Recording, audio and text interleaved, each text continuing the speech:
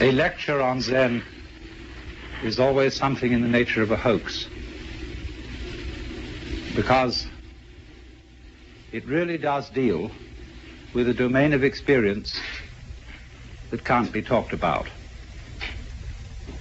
But one must remember at the same time that there's really nothing at all that can be talked about adequately. And the whole art of poetry is to say what can't be said. So every poet, every artist, feels when he gets to the end of his work that there's something absolutely essential that was left out.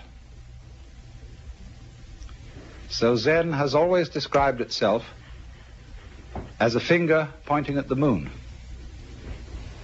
And you must be very careful not to mistake the finger for the moon, and especially careful, if the finger looks religious, not to suck it for comfort instead of following where it points. In the Sanskrit saying that we were discussing in the first of these seminars, tat tvamasi, that art thou, Zen is concerned with that. That, of course, is the word which is used for Brahman, the absolute reality, in Hindu philosophy. And you're it, only in disguise, and disguised so well that you've forgotten it. But unfortunately, ideas like the ultimate ground of being, the self, Brahman, ultimate reality, the great void, all that is very, very abstract talk. And Zen is concerned with a much more direct way of coming to an understanding of that, or thatness, as it's called, tathata in Sanskrit. So Zen has been summed up in 4 statements. A direct transmission outside scriptures and apart from tradition. No dependence on words and letters. Direct pointing to the human mind. And seeing into one's own nature and becoming Buddha. That is, becoming enlightened, awakened from the normal hypnosis under which almost all of us go round like somnambules. It's extraordinary how much interest has existed in Zen in the United States, especially in the years since the war with Japan. And naturally, I've often meditated on the reasons for this interest. I think, first of all, the appeal of Zen lies in its unusual quality of humor. Religions aren't, as a rule, humorous in any way. Religions are serious. And when one looks at Zen art and reads Zen stories, it is quite apparent that something is going on here which isn't serious in the ordinary sense, however sincere it may be. The next thing I think that has appealed to Westerners is that Zen has no doctrines. There is nothing you have to believe, and it doesn't moralize at you very much. It's not particularly concerned with morals at all. It's a field of inquiry rather like physics. And you don't expect a physicist to discuss authoritatively about morals, even though as a human being he has moral interests and problems. But as a physicist, he is not a moral authority. Or if you go to an oculist or ophthalmologist to have your eyes adjusted, that is so you can see clearly. And Zen is spiritual ophthalmology. Another thing that appeals very much to Western students about Zen is that they've read their Zen from Suzuki and from some of my writings and from R.H. Blythe. And these people present a rather different kind of Zen from that which you will find today in Japan. They present what is essentially early Chinese Zen, from the old writings ranging from about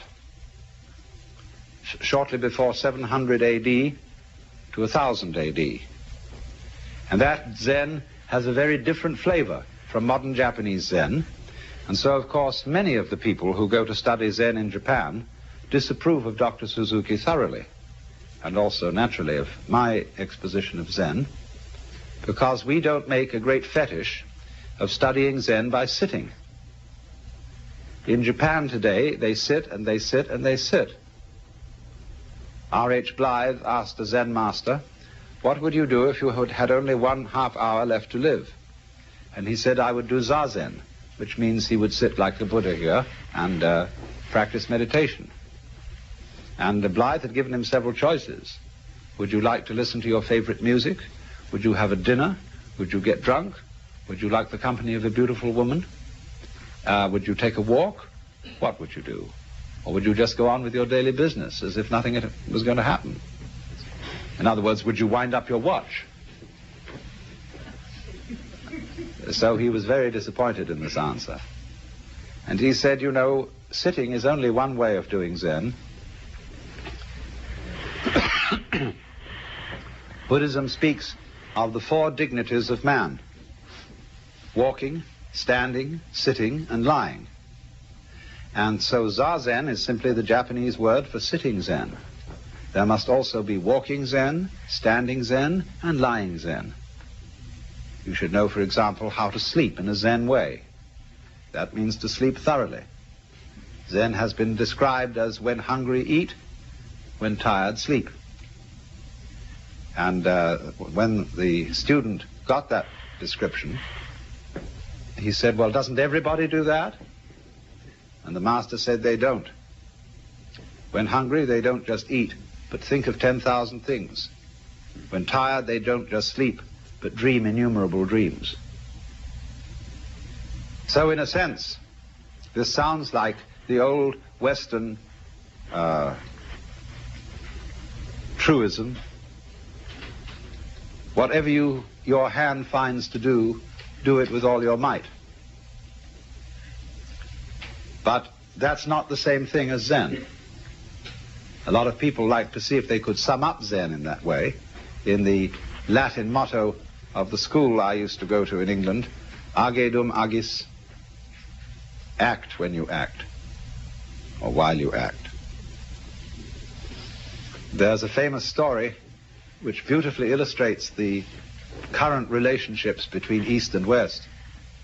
Paul Reps, who wrote, or rather drew, a lovely book called Zen Telegrams, once asked a Zen master to sum up Buddhism in one phrase. And he said, don't act, but act. So Reps was simply delighted, because he thought the master had said, don't act, but act. And that, of course, would be the Taoist principle of Wu Wei, of action in the spirit of not being separate from the world, realizing so fully that you are the universe too, that your action on it is not an interference, but an expression of the totality. But the master's English was very bad indeed, and Paul Reps had misunderstood him. He had said, don't act, bad act. And you know, that is the sort of attitude that all clergy develop over the centuries. You know how it is when you go to church, if you do. So often the sermon boils down to, my dear people, you ought to be good. And everybody knows that, but hardly anybody knows how. Or even what good is. No, the fascination of Zen to the West is that it promises a sudden insight into something that is always supposed to take years and years and years. The psychoanalysts, if you're mixed up, they tell you The troubles you've got yourself into over all these years can't be undone in a day. And therefore it will take many, many sessions, maybe twice a week for several years for you to get straightened out. The Christians say that if you embark on a path of spiritual discipline, you get yourself a spiritual director and submit yourself to the will of God, but you may not get into the high states of contemplative prayer for very many years. The Hindus, the Vedanta Society people, the Buddhists also say will require many long years of meditation, very hard concentration, very difficult practice, and stern discipline. And then maybe you will make enough progress in this life to become a monk in your next life. And then you'll make enough progress to enter some of the preliminary stages leading to Buddhahood. But it's all likely to take you many, many incarnations. But when this artist Hasegawa was asked, how does one see into Zen? He said, it may take you 3 seconds. It may take you 30 years. I mean that. And so you see there is always the possibility that it may take only 3 seconds. Zen literature abounds with stories, you see, in which there's a dialogue, or what is called in Japanese mondo, which means question-answer, between a Zen teacher and his student. And these dialogues are fascinatingly incomprehensible. But it always seems to be that at the end of this swift interchange, the student gets the point. Sometimes he doesn't. I gave a book of these dialogues once to a friend of mine who was deeply interested in Eastern philosophy. He said, I haven't understood a word of it, but it's cheered me up enormously.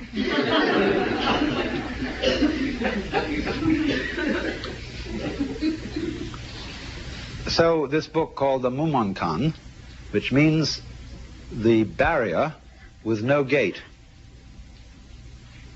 or the gateless gate,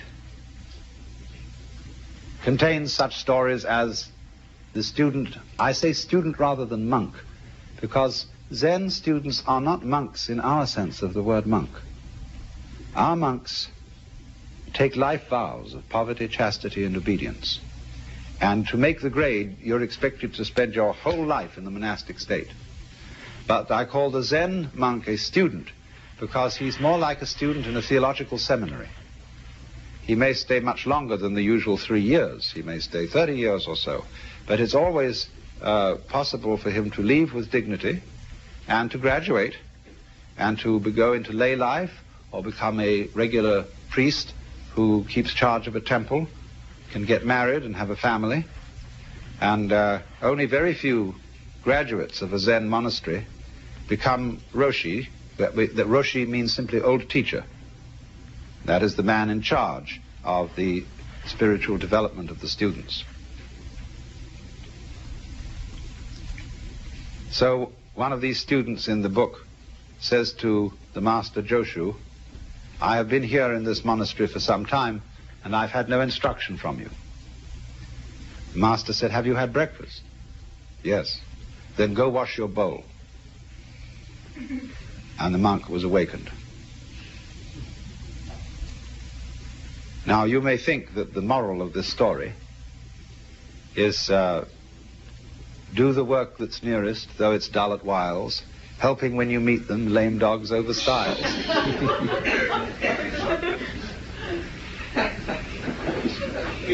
Or that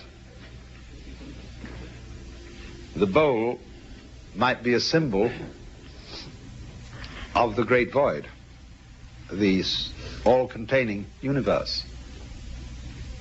And probably the monk had washed it already, because they immediately after eating in Japan and China, in a monastery, they would take tea and pour it into the bowl and swill it around, wash it and wipe it out. So maybe he had already washed the bowl. And in that case, you might think that the master was saying, don't gild the lily. Don't, to use a real nice Zen phrase, don't put legs on a snake. or a beard on a eunuch. No, the point of that story is so clear that that's what's difficult about it.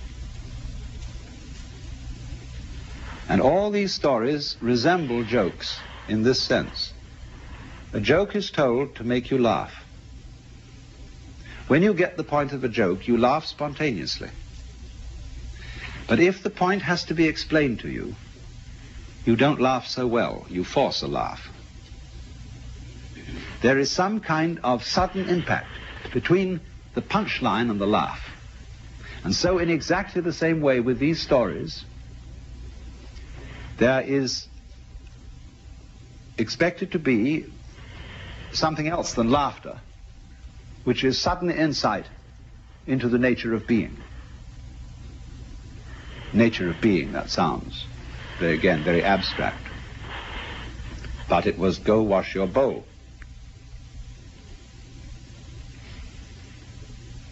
So, another story in this book concerns a master who said, when a cow walks out of the enclosure, the corral, the horns and head, the four legs and the body all get through, but not the tail. How is it that the tail can't get through? And nobody could answer this. Another story, it tells of a certain master called Baizhang, who was so good that he had hundreds of students, and they couldn't all be housed in one monastery.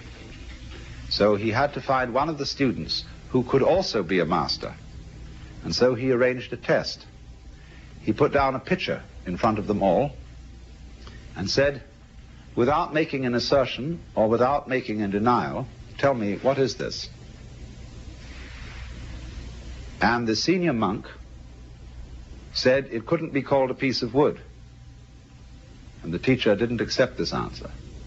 But the monastery cook came forward and kicked the pitcher over and walked away. And he got the job. And the commentator remarks, maybe he wasn't so smart after all, for he gave up an easy job for a difficult one.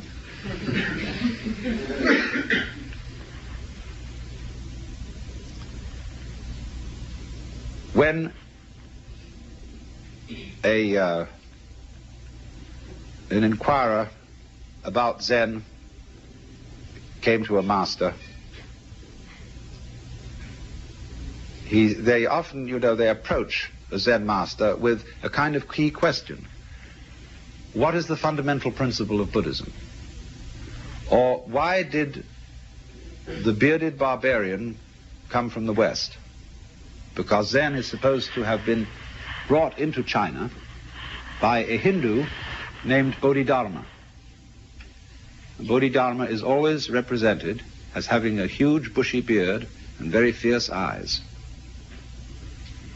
Now, Bodhidharma always insisted that he had nothing to teach. And so, why did he come? That's one of the fundamental questions. You might say to me, I've often said when I'm giving a lecture, I'm not trying to improve you. I'm not trying to persuade you to a certain point of view. That is to say, like a preacher would convert somebody. In fact, I have nothing to tell you at all. Because were I to presume that I had something to tell you, I would be like a person who picked your pocket and sold you your own watch. So you might say, then why do I talk? You might ask the sky, why are you blue? The clouds, why do you float around? Birds, why do you sing? And we've been busy trying to invent explanations for all this. And so there's this great Zen saying. One of the old masters said, when I was a young man and knew nothing of Buddhism, mountains were mountains and waters were waters. But when I began to understand a little Buddhism, mountains were no longer mountains and waters no longer waters. In other words, when one starts scientific and philosophical inquiries, everything gets explained away in terms of its causes or other things that go with it. Or one sees that all the things in the world, what we think are separate things, are, as things, illusions. There is nothing separate. So, but he said at the end, but when I had thoroughly understood, mountains were mountains, and waters are waters. So, this is what's called direct pointing.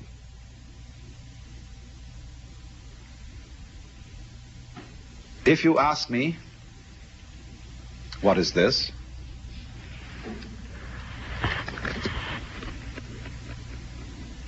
Is one answer. If you had a cigarette in your hand, that might be another answer.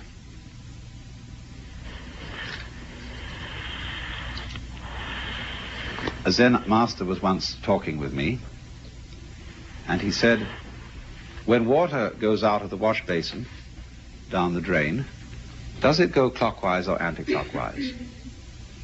And this was all phrased in the middle of a very ordinary conversation, and it just seemed like a speculative question. And I said, it might go either. He said, no, like this. Now he said, which came the first, egg or hen?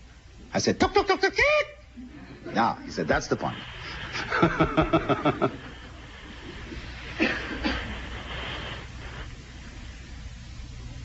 Now, it is saying too much, I warn you, to say that Zen is trying to point to the physical universe so that you could look at it without forming ideas about it.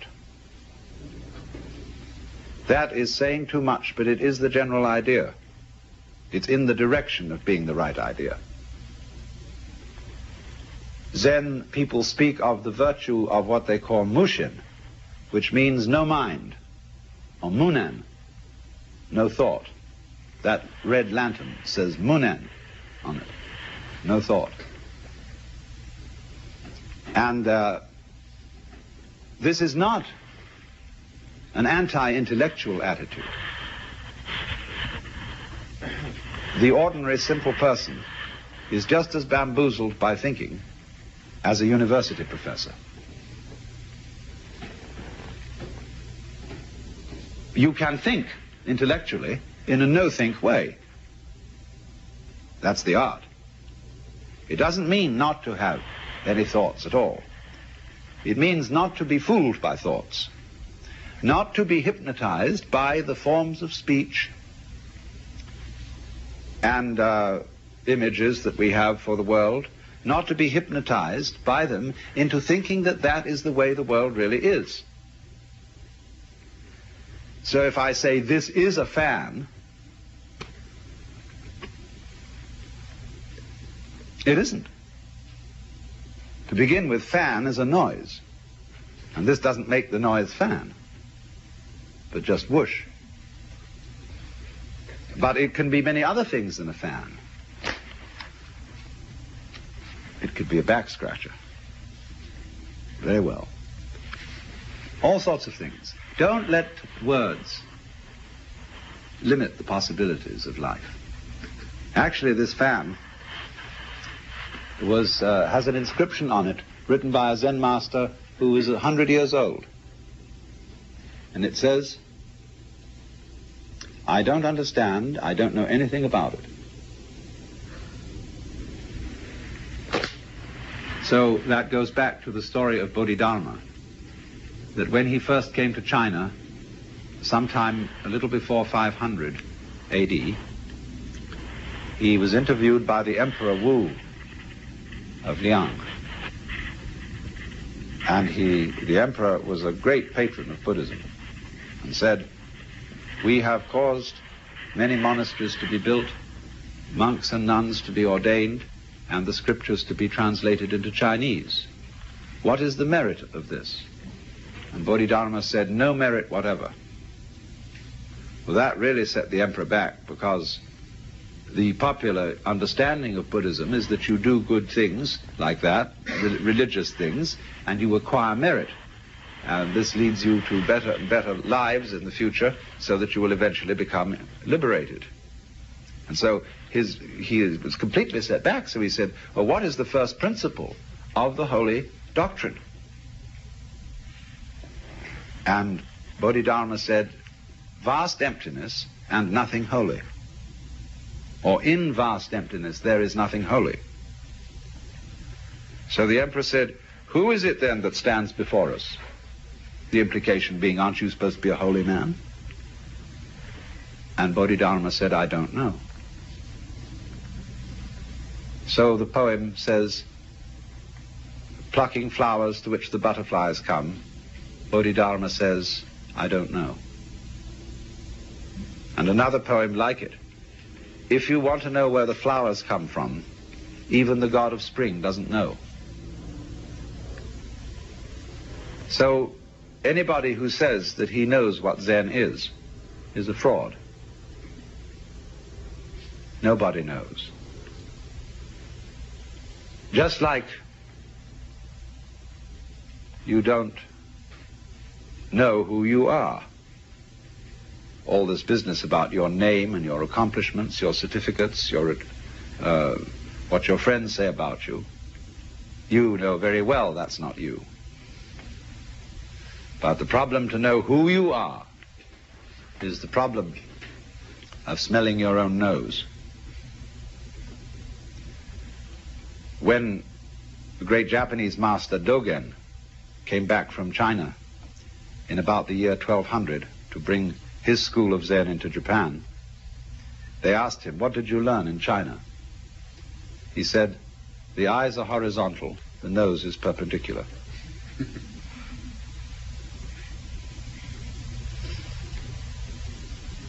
This man went on to write a tremendous book about Zen.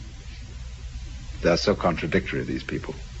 Don't expect consistency out of a Zen master. Big book called the Shobo Genzo. And I talked with the Zen master about this book in Japan.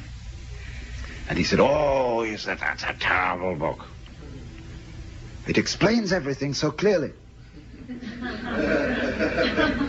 It gives the show away.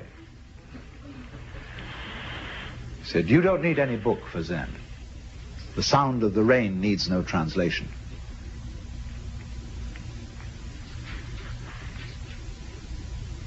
So you see, it is this kind of way of going about things, this method of Zen, that has so fascinated the West. And everybody who reads about Zen wonders if somehow, you see, this understanding is right under your nose.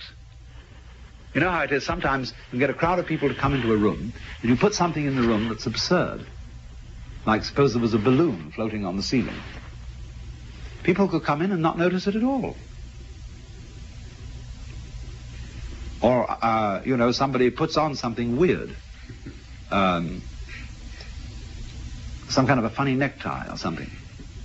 And you say to a person, well, haven't you noticed? A woman in a new dress, you know?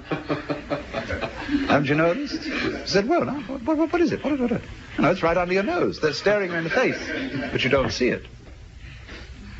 And Zen is exactly like that. So I might say to you all, what did you forget when you came in here? Maybe you forgot it long before. Something you've forgotten. And you think, is it this? Is it that? I say, oh, no. It's much simpler than that.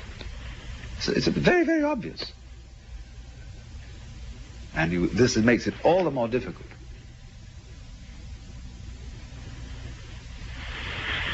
It is very obvious. The master Bokuju was asked, we have to dress and eat every day, and how do we escape from all that? In other words, how do we get out of routine? And he said, we dress, we eat.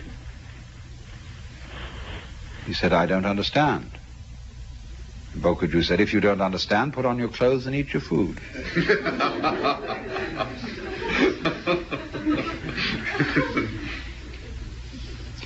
Another Zen master in quite recent times was interviewing a student. You see, all these stories I'm telling you are connected, and what I want you to do is to grasp intuitively the connection. I was interviewing a student, Western student, and he said, get up and walk across the room. He got up and walked and came back. He said, where are your footprints?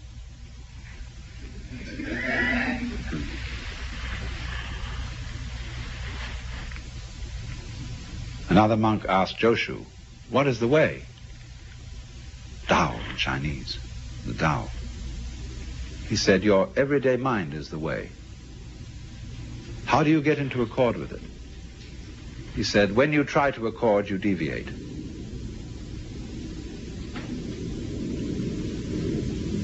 So, here is this extraordinary phenomenon. Now let me say, having presented you with all these fireworks, let me say a few sober things about Zen as a historical phenomenon, which we can put it in context with other things in the seminar we've been studying about the history of Oriental philosophy.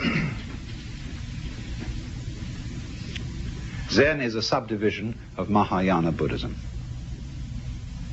And as you know, that is the school of Buddhism which is concerned with realizing Buddha nature in this world. Not necessarily by going off to the mountains or by renouncing family life, everyday life, etc., as if that were an entanglement, but realizing in the midst of life the possibility of becoming a Buddha. And so the great ideal personality of Mahayana Buddhism is the Bodhisattva, a word now applied to somebody who has attained nirvana, but instead of disappearing, comes back in many, many guises. There's a famous painting of one of the bodhisattvas in the form of a prostitute. And bodhisattvas in Zen art are often represented as bums. There's the beautiful one over there by the furnace, painted by Sengai, of the bum Hote, or Putai in Chinese, who's always immensely fat. And he's saying, Buddha is dead. Maitreya, who is supposed to be the next Buddha, hasn't come yet. I had a wonderful sleep and didn't even dream about Confucius. And he's just stretching and yawning as he wakes up.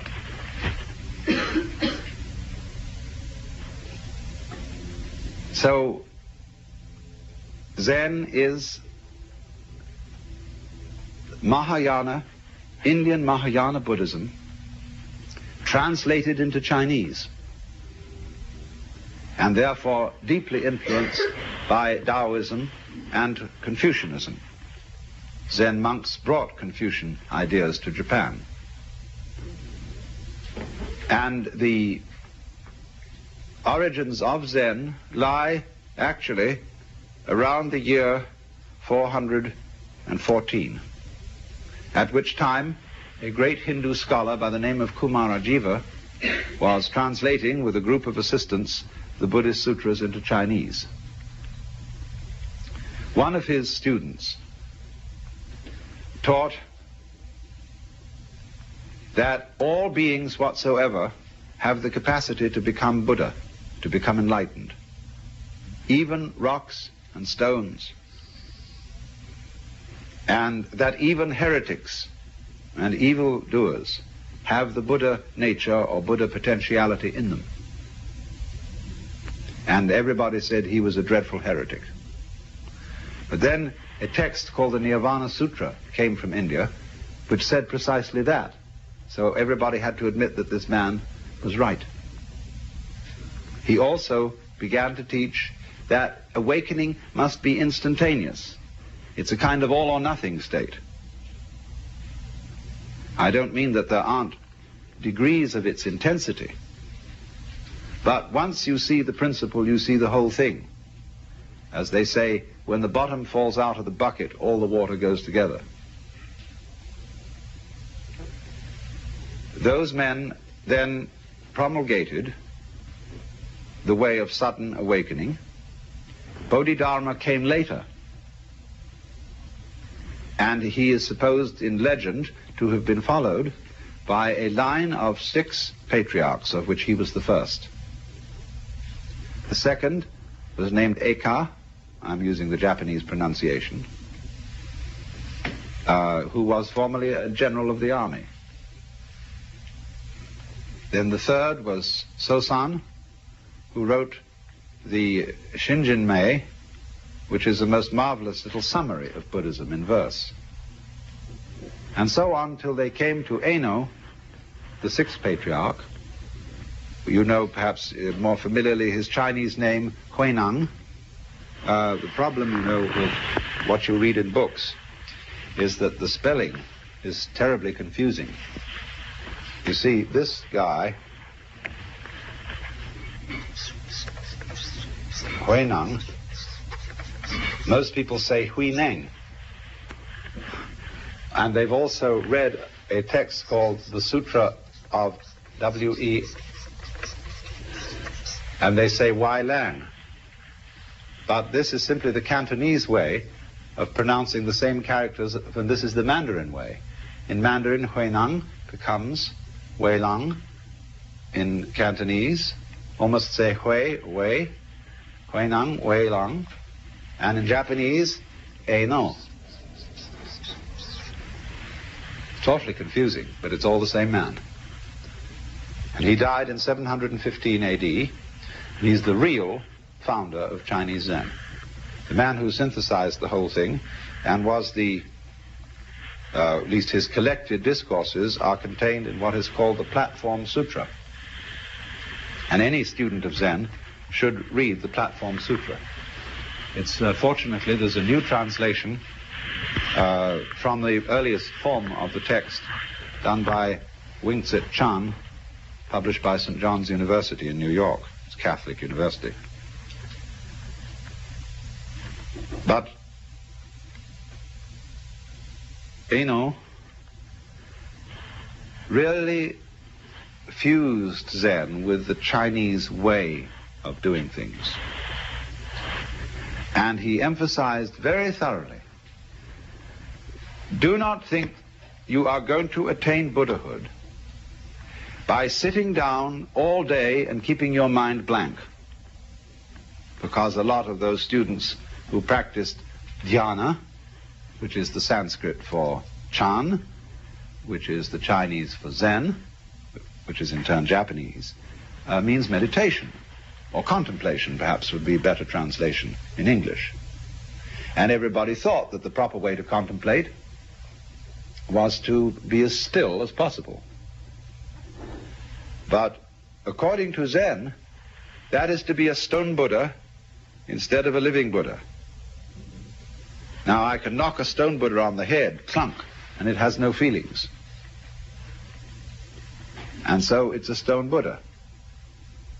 There was a famous Zen master called Tanka who went to a little lonely temple on a freezing cold night. And he took the Buddha image, one of the Buddha images off the altar, split it up and made a fire. And when the attendant of the temple came in the morning, he was horrified. Broke at the image, and Tanka took his stick, started raking in the ashes. And the temple priest said, "What are you looking for?" He said, "I'm looking for the sali, that is to say the jewels that are supposed to be found in the body of a genuine Buddha when he's cremated." So the priest said, "You couldn't expect to find sali from a wooden Buddha." In that case, said Tanka, "Let me have that other Buddha for my fire." That's, you see, the difference between living Buddha and stone Buddha. But a person who thinks that in order to be awakened, you have to be heartless, to have no emotions, no feelings, that you couldn't possibly lose your temper or get angry or feel annoyed or depressed, those people haven't got the right idea at all. If that's your ideal, said Eno, you might just as well be a block of wood or a piece of stone. What he wanted you to understand is that your real mind, while all those emotions are going on, is imperturbable. Just like the sky, when you move your hand through the sky, you don't leave a track. The birds don't stain the blue when they pass by. And when the water reflects the image of the geese, it doesn't, the reflection doesn't stick there. So, to be pure-minded in the Zen way, or clear-minded is a better way of translating it, is not to have no thoughts. It's not a question of not thinking about dirty things. One great master of the Tang dynasty, when asked, "What is Buddha?" believe it or not, answered, "A dried turd." So it's not that kind of purity. It is purity, clarity, in the sense that your mind isn't sticky. You don't harbor grievances. You don't be attached to the past. You go with it, with life. Life is flowing all the time. That is the Tao, the flow of life. And you are going along with it whether you want to or not. You're like people in a stream. You can swim against the stream, but you'll still be moved along by it. And all you'll do is wear yourself out in futility. But if you swim with the stream, the whole strength of the stream is yours. Of course, the difficulty that so many of us have is finding out which way the stream is going. But certainly, as it goes, all the past vanishes, the future has not yet arrived. And there is only one place to be, which is here and now. And there is no way of being anywhere else, none whatever. If you understand that thoroughly, your task is finished. You then become instantaneous and also momentous. So this was Eno's principle. As I said, he died in 715, and he left 5 very great disciples who taught substantially the same sort of thing. But as things go, then they became, these disciples had disciples, and those disciples had disciples, and there's a genealogy. And Zen broke into what are called 5 houses. And these, some of them didn't go on. Zen went on in 2 main forms. One is called, by the Japanese, Rinzai Zen, after the great master Rinzai, who lived towards the end of the 9th century. And the Soto school comes from another line, and they have a slightly different emphasis. Soto is more serene in its approach, Rinzai more gutsy. Rinzai people use the koan method in Zen studies. Soto people don't, at least not in the same way. But this period between the death of the 6th patriarch, Eno, and about the year 1000 is the golden age of Zen. These were the really formative years.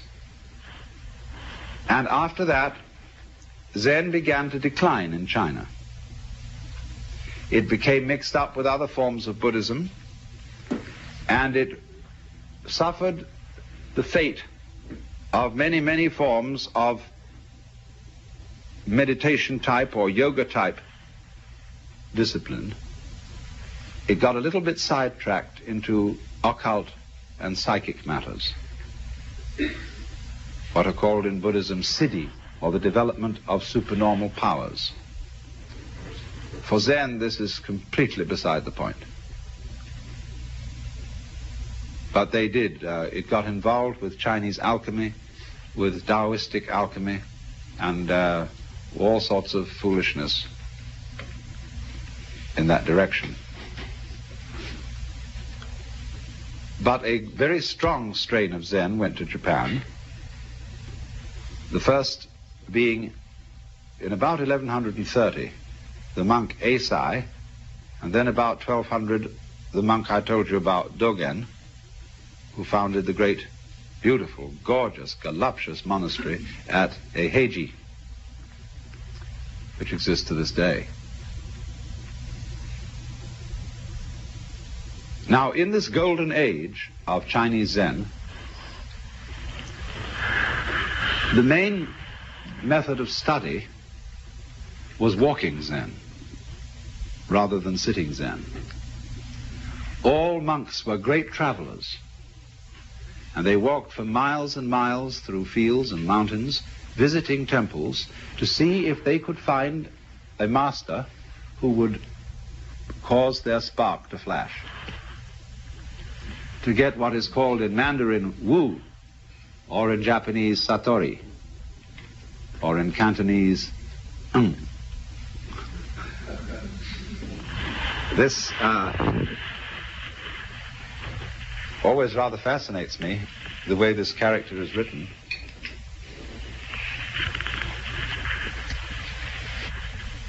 The word I in Chinese is sometimes represented by this right-hand side of the character alone. 5 mouths, 5 senses. This one means your mind or heart, the heart-mind, shin. Now, when we say, well, something very surprising happened, my heart came into my mouth. Here it comes into all 5. So this character means awakening. It's the same in a way as the Sanskrit bodhi, which I explained to you in the talk on Buddhism.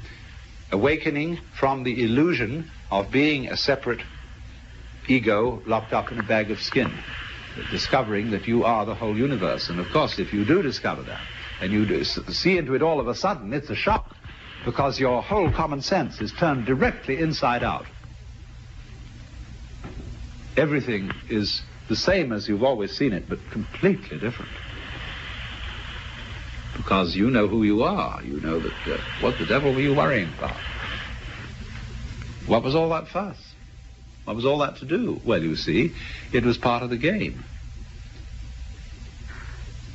Everything from one point of view is fuss. And to do. To do. What is there to do? I must read you, in the second session, a poem by James Broughton called The Birds of America, which is all about that.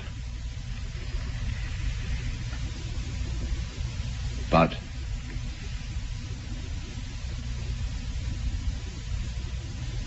when you wake up, you see, and discover that all this to do wasn't you, what you thought was you, but was the entire works, which we could just call it, that you're it, and it is it, and everything is it, and it does all things that are done, and then that is a great surprise. But it sounds tasteless. It sounds empty. It sounds void. Because if I say, well, you're all it, that is a statement without the slightest logical sense. Because we don't know what is it unless there's something that isn't it. But if it's both is, all ises and all isn'ts, then we can't think about it.